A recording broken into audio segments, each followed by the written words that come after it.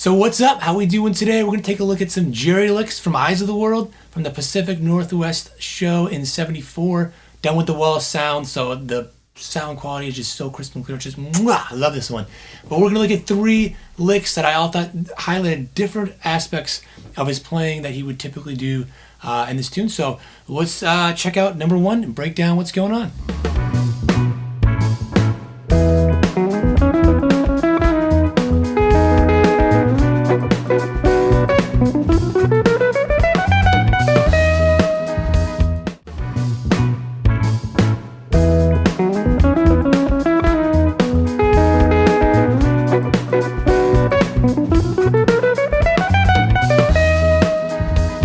So if you're interested in getting the PDF for the tabs for all this and my other signature licks and all my videos, which I think over 300 videos I've got right now, go to my Patreon page and I'll put a link in the description down below if you want to check that out and learn more about that. But let's break down lick number 1 right now. So this is from the first solo starting around 255.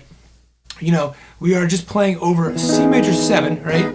And the first solo is just C major 7 and then B minor. And I've got another video called Eyes of the World, if I can remember now, 2 pentatonics plus 1 note. Actually, I'll put a link in the description down below if you want to know more for some strategies about how to improvise over this. But we're going to not look at improvising, we're going to look at some actual Jerry licks. Because he's in E major and then switching to a B Dorian here. But let's see what he's doing. He's starting right here, starting on an E, and then his classical hammer on there. So just kind of playing around the E major pentatonic with this extra little note, just passing there, throwing in. And then the real theme here at this lick is he's playing a triad. He's playing a G sharp minor triad. Actually, one of the first lessons I ever made. Probably like 100 views. Didn't perform very well. It was all about this exact topic of using G sharp minor triads in Eyes of the World because it gives you a E major 7 sound. Maybe I'll redo that video. I probably should delete that. So he's doing that right there, and I'm starting to now put these things above these little, I'm gonna call them like little, points of interest, key things here. So that note right here, above there, M7, that means it's a major 7. So against an E, it's a D sharp, which is a major 7. That's what gives it that major 7 sound. And overall, he gets to here, slides into it, and then just keeps picking through this. This is actually a G sharp minor triad. It's just one way of thinking it. You can also think of it as part of an E major 7 chord. But that triad over an E note gives you that, or you just play open E, gives you that sound. So he slides into it, picks around with it, slides it up, and now it's a B minor triad over the, of course, B minor chord. But there you can see how he's thinking though. He's like, he's got this minor triad, slides it up 3 frets, and it's just recycling that idea of picking around this triad here. It gets up to here, and I kind of just wrote it out there like that, picking, but it's more just strumming it, so it's approximate thing, and then he just throws on that 9th right there. That gives you like a B minor 9, a little jazzy sound, just real quick does that, and then gets right into here. It's kind of like playing the B minor, B blues scale right here, but plays this too. Just rhythm passing, going right into the B. So recycling that idea, continues up to scale, and even though I said Dorian typically, he plays that note would be from the B minor scale, a flat 6, a G, but it's also, things are not have to always be exactly B Dorian, always the same. You can kind of just play anything, especially when it's super fast like this. And then does the 5th of B minor, and then the minor 3rd, and then goes to this note, which is the major 7th again of E flat. So I highlight that 5th, flat 3rd, and then major 7th. So it's highlighting, so it's a really fast thing.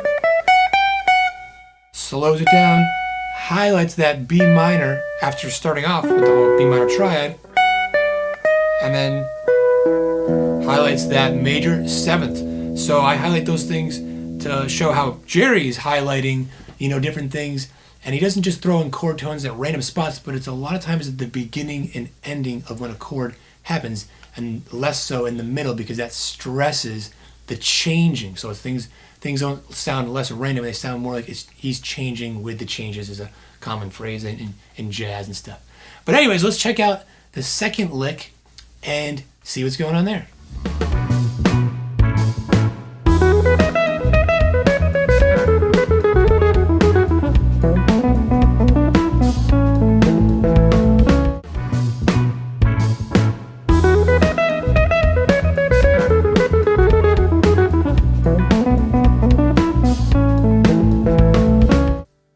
So this one is part of the second solo, starting around 5:11 in this track, and now it's over the E major 7, B minor, and now they start throwing in the A. And then the third solo, actually, we're not doing anything from that one, we're going to do another one from the second one, but the third one typically just stays on the E major 7 for a long time, and then sometimes goes to a G minor, changes keys, it does some other things sometimes, depending on the show. But yeah, so let's go in there, just throwing that extra A there. Which is part of, again, that B Dorian, if you want to think like that, scale stuff, that mode. So starting up here, and this is really digging into, the 16th notes. So the first one, the theme was kind of hitting those triads, I think. This one, it's all about the super fast 16th notes. And if this is too fast for you, just try it real slow. Don't worry with the speed, That's a big part of that sound here. You get that fast, jazzy, funky 16th note sound stuff. It comes floating away. And starting right here on E, and then getting right to that major 7th again.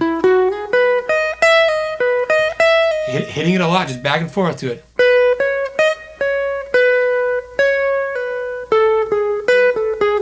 Then he's doing that classic just pattern there, and then right here, so I write breaks the pattern because he's going these little groupings down the E major scale, and if he just did it all the time and just kept going, it might get a little boring. So he finishes that phrase by breaking the pattern by doing skipping this note right here, that major 7th. So it's kind of like doing a part of just 4 notes of an E major pentatonic, and that just breathes a little fresh air to it, changes the shape, the pattern, makes it a little less predictable. And then right before,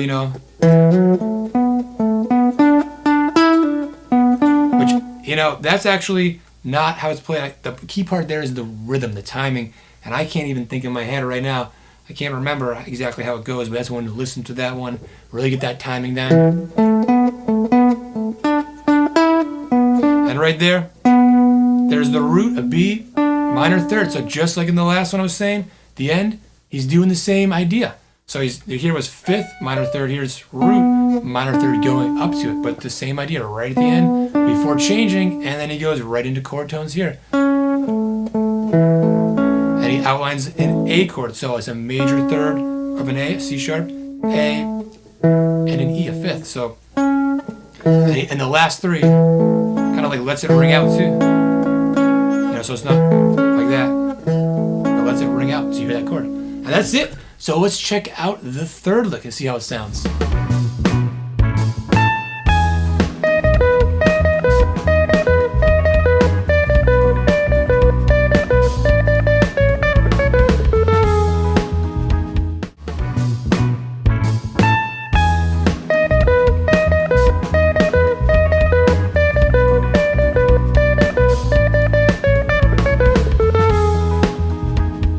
This one's also solo too, and happens around 5:47.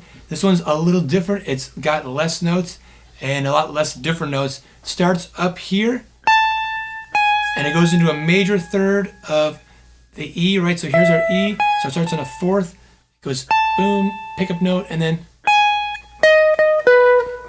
it plays that major 7th and 5th back and forth. So major 3rd, and then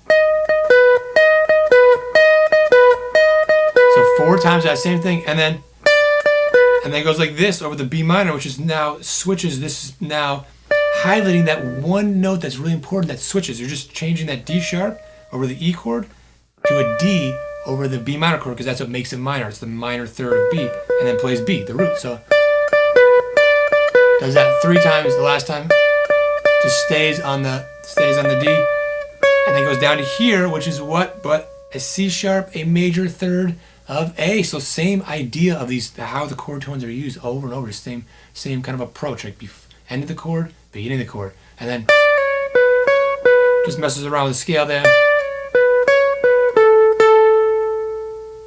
and slides it down. Boom, same thing, ends on a third of E, of a G sharp. So right there, so which is the major third. So same idea. So those are just 3 licks. Hope you enjoy that. Again, if you want the tabs for this and any other charts, backing tracks, all that stuff, I've got that and all the other goodies, MultiTrack WAVs, you're into that too. My Patreon page, and I appreciate the support too. I put a lot of time and even money and resources into hiring some musicians now. I got tired of programming drums and doing the keys myself.